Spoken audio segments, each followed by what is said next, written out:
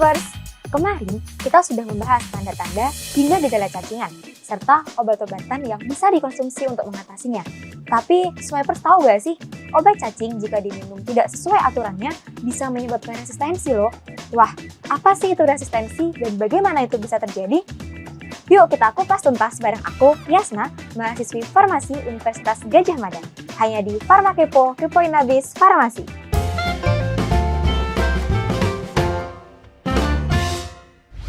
Resistensi terjadi ketika cacing yang ada di tubuh menjadi kebal terhadap obat. Mekanismenya bisa terjadi karena cacing mengalami perubahan genetik yang membuat obat tidak lagi efektif melumpuhkan atau membunuh mereka. Akibatnya, meskipun sudah minum obat cacing tetap bisa bertahan hidup dan berkembang biak. Kalau resistensi ini dibiarkan, maka masa depan obat-obatan yang sering kita gunakan seperti albendazole atau mebendazole bisa kehilangan efektivitasnya. Hal ini tentu berbahaya, karena artinya penyakit cacingan akan semakin sulit diobati, padahal angka kejadiannya di masyarakat masih cukup tinggi.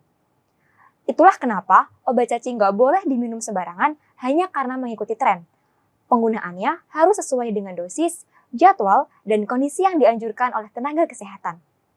Nah, Swipers, ada loh cara supaya resistensi nggak makin meluas. Ada beberapa langkah pencegahan cacing yang bisa kita lakukan, bukan hanya soal obat, tapi juga gaya hidup. Yang pertama, jaga kebersihan diri. Misalnya, rajin cuci tangan sebelum makan dan setelah dari toilet. Yang kedua, pastikan makanan dan minuman yang kita konsumsi bersih dan matang, serta sayur dan juga buah bisa dicuci dengan benar. Yang ketiga, konsumsi air minum dari sumber yang aman, baik air matang atau air kemasan, untuk menghindari telur cacing yang terbawa melalui air.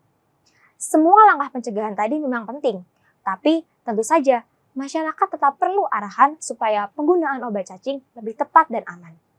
Nah, disinilah farmasis berperan besar. Sebagai tenaga kesehatan yang ahli di bidang obat, farmasis berperan untuk memberikan edukasi kepada masyarakat tentang kapan waktu yang tepat untuk minum obat cacing, bagaimana cara mengkonsumsinya, dan juga dosis yang sesuai dengan usia maupun kondisi kesehatan pasien. Selain itu, farmasis juga membantu mencegah penggunaan obat yang asal-asalan. Misalnya, minum obat cacing tanpa indikasi yang jelas atau terlalu sering hanya karena mengikuti tren. Dengan begitu, resiko resistensi bisa ditekan. Tidak kalah penting, farmasis juga berperan untuk meluruskan informasi yang keliru atau hoax seputar obat cacing, sehingga nantinya masyarakat bisa mendapatkan pengetahuan yang benar. Farmasis juga bisa melakukan konseling secara langsung ketika pasien membeli obat, memberi saran pemilihan produk yang tepat, bahkan memantau apakah obat digunakan sesuai aturan. Jadi, peran farmasis bukan hanya sekedar memberikan obat, tapi juga memastikan bahwa obat itu benar-benar digunakan secara aman, efektif, dan juga dapat bermanfaat untuk mencegah maupun mengatasi penyakit cacingan.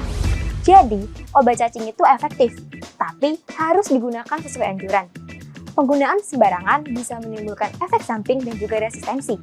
Jaga kebersihan, pakai obat dengan tepat, dan dapatkan edukasi dari farmasis supaya cacingan bisa dicegah dan diatasi dengan aman. Info penting untuk para farmasis. Sekarang, kamu bisa meningkatkan keahlian dan pengetahuan melalui webinar dan microlearning ber-SKP Kemenkes secara gratis.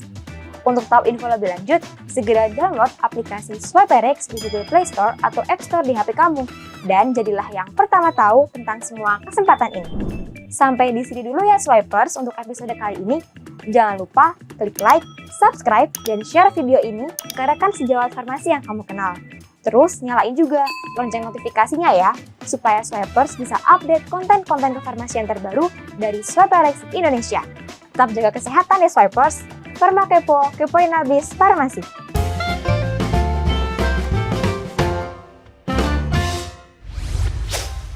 Swipe RX.